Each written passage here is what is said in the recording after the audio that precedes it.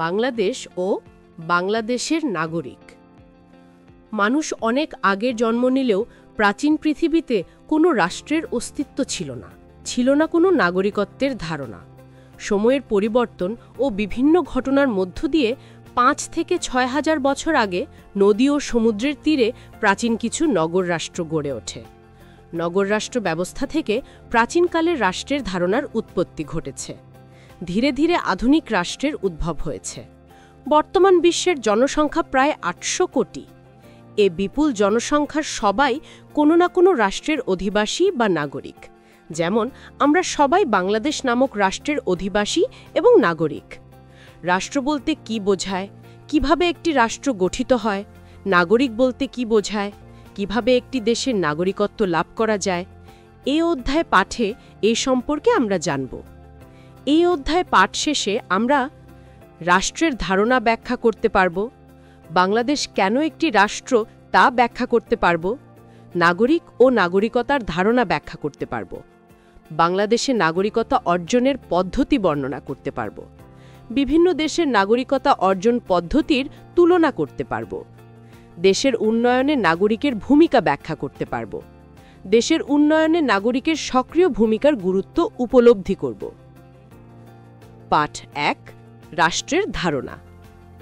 রাষ্ট্র হল এমন একটি সংগঠন যার একটি নির্দিষ্ট ভূখণ্ড, জনসমষ্টি, সরকার ও সার্বভৌম ক্ষমতা আছে।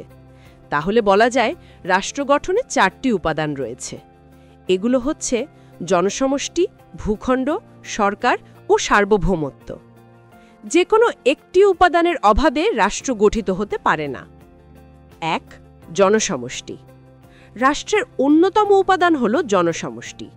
জনগণ হল রাষ্ট্রের প্রাণ। জনসমষ্টি ছাড়া রাষ্ট্র গঠিত হতে পারে না। তবে রাষ্ট্রের জনসংখ্যা কত হবে তার কোনো নির্দিষ্ট সংখ্যা নেই। রাষ্ট্রের জনসংখ্যা কমও হতে পারে, আবার বেশিও হতে পারে। যেমন চীনের জনসংখ্যা ১৪১ কোটি ৭,১০,০০০ মাত্র। অন্যদিকে সান মারিনো নামের একটি ছোট দেশের জনসংখ্যা ৩৩,৮৬০ মাত্র। ২, ভূখণ্ড।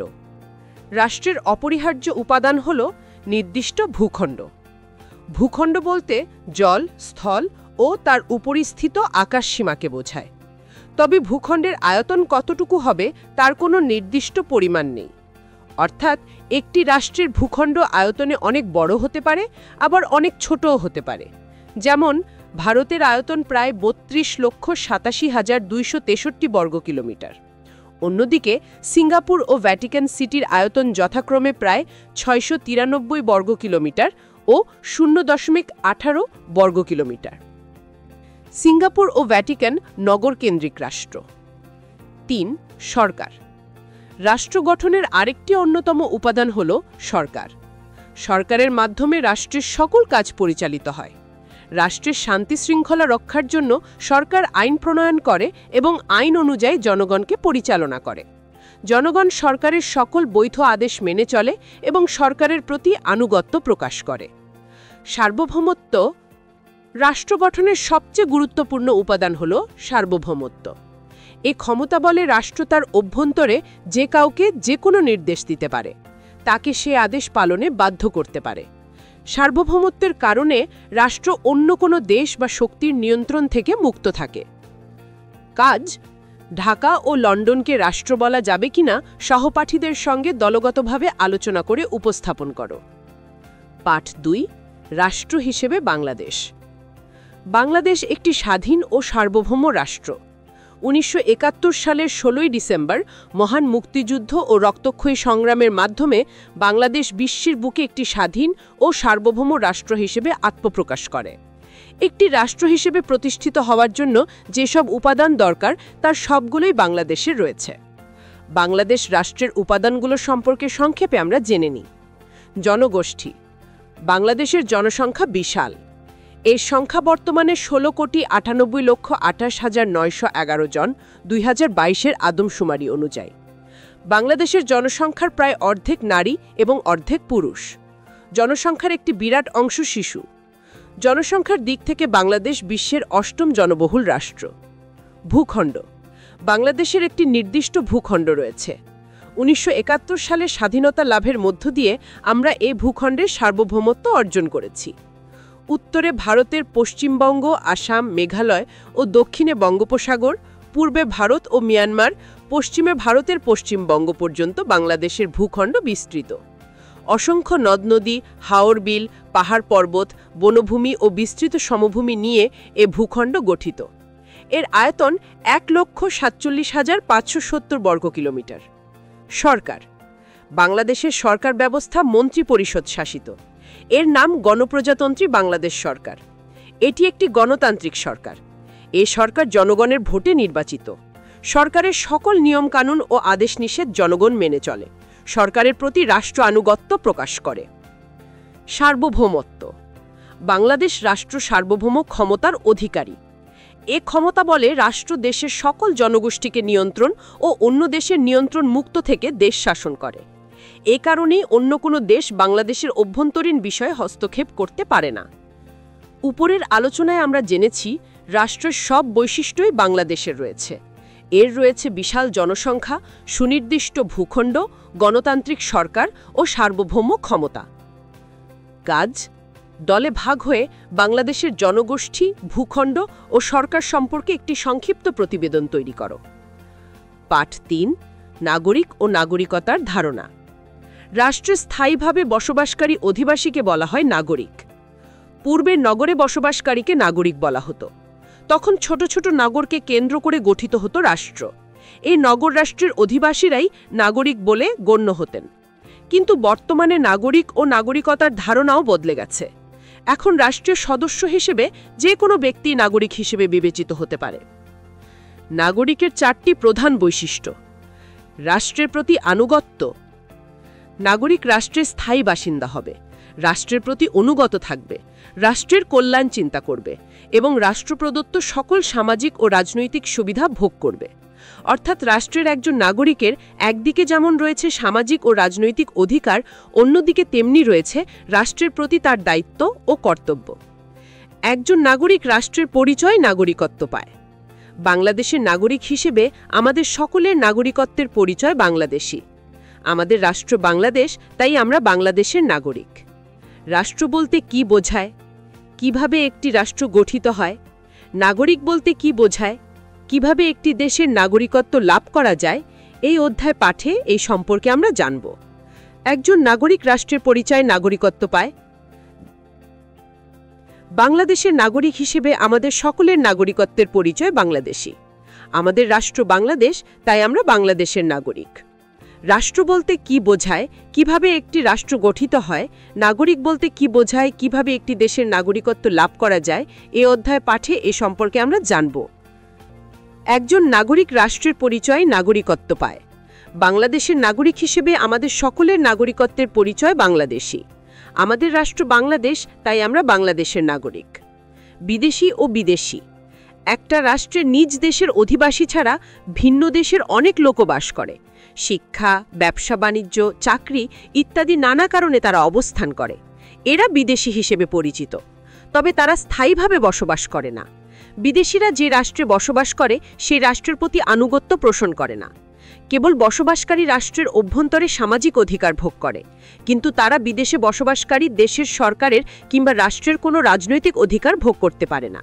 তাই বিদেশিরা রাষ্ট্রের নাগরিক নয়। কাজ: নাগরিক ও বিদেশির মধ্যে পার্থক্য চিহ্নিত করো। পাঠ 4: নাগরিকত্ব লাভের নিয়ম। নাগরিকত্ব হল রাষ্ট্রের অধিবাসী বা ব্যক্তির জাতীয় পরিচয়। রাষ্ট্রকে কেন্দ্র করে ব্যক্তি এ পরিচয় লাভ করে। নাগরিকত্ব লাভের 2টি প্রধান উপায় হল: 1. জন্মসূত্রে নাগরিকত্ব লাভ, 2. অনুমোদন সূত্রে নাগরিকত্ব লাভ। জন্মসূত্রে নাগরিকত্ব লাভ। জন্মসূত্রে নাগরিকত্ব লাভের ক্ষেত্রে 2টি প্রধান বিবেচ্য বিষয় হল: 1.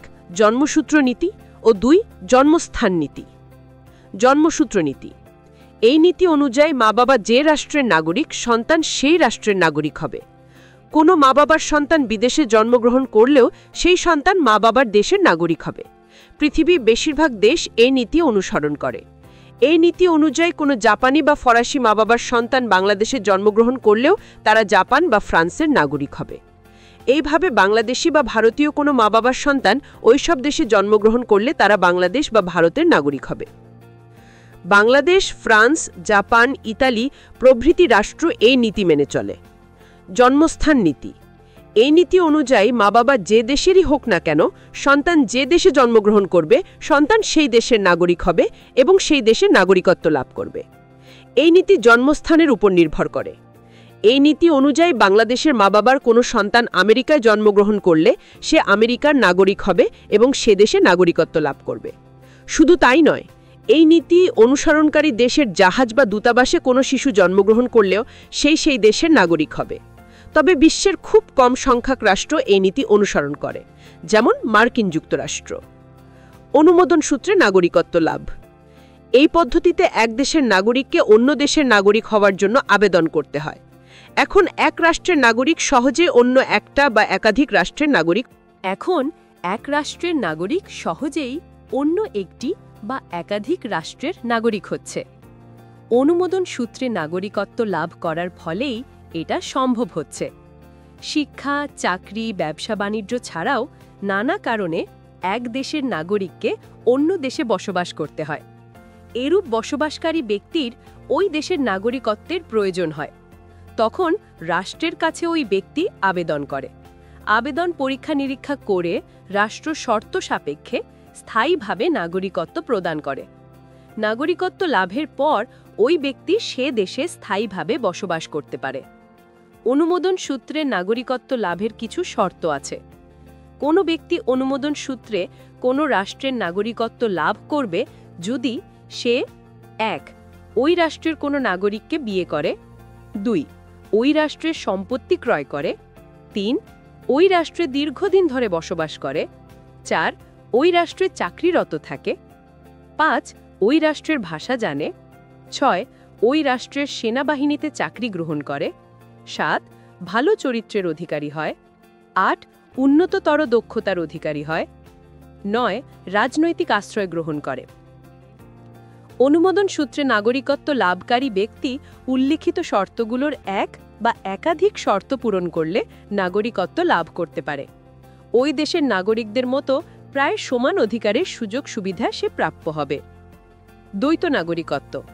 একই ব্যক্তি দুইটি দেশের নাগরিকত্ব লাভ করলে তাকে দ্বৈত নাগরিকত্ব বলে।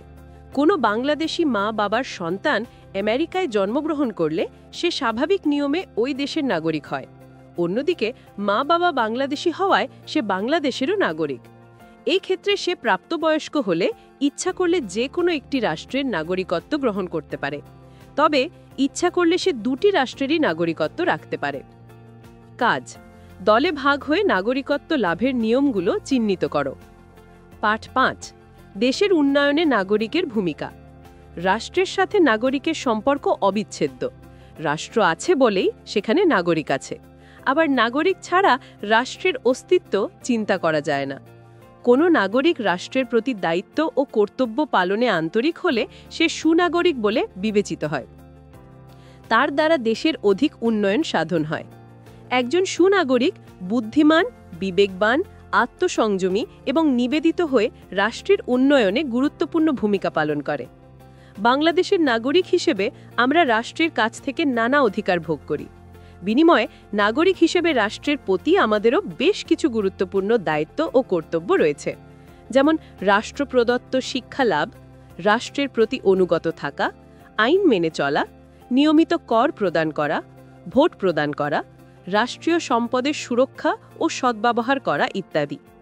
দেশের উন্নয়নের জন্য আমাদের এসব দায়িত্ব ও কর্তব্য পালন করতে হবে। আধুনিক রাষ্ট্রে নাগরিকের ভূমিকা খুবই গুরুত্বপূর্ণ। আধুনিক গণতান্ত্রিক রাষ্ট্রে জনগণই সকল রাষ্ট্রীয় ক্ষমতার মালিক। কেননা গণতান্ত্রিক রাষ্ট্রে জনগণ ভোট দিয়ে একটি দলকে নির্দিষ্ট সময়ের জন্য সরকার গঠনে সহায়তা করে। সরকার যদি দেশের জন্য কল্যাণকর নয় এমন কোনো কাজ করে, তাহলে জনগণই পরবর্তী সময় ওই দলকে আর ভোট দেয় না। রাষ্ট্রের শাসন পরিচালনা, সুশাসন প্রতিষ্ঠা ও উন্নয়ন সহ সবকিছুই তাই নির্ভর করে নাগরিকের সততা, দক্ষতা তথা নাগরিক হিসেবে যথাযথ ভূমিকা পালনের ওপর। দেশের উন্নয়নের দায়িত্ব কেবল সরকারের একার নয়, নাগরিকদেরও নিজেদের দায়িত্ব সঠিকভাবে পালন করতে হবে। তাহলেই দেশ দ্রুত উন্নতির দিকে এগিয়ে যাবে। কাজ, নাগরিক হিসেবে তুমি দেশের উন্নয়নে কী ভূমিকা পালন করবে তার একটি তালিকা প্রস্তুত করো।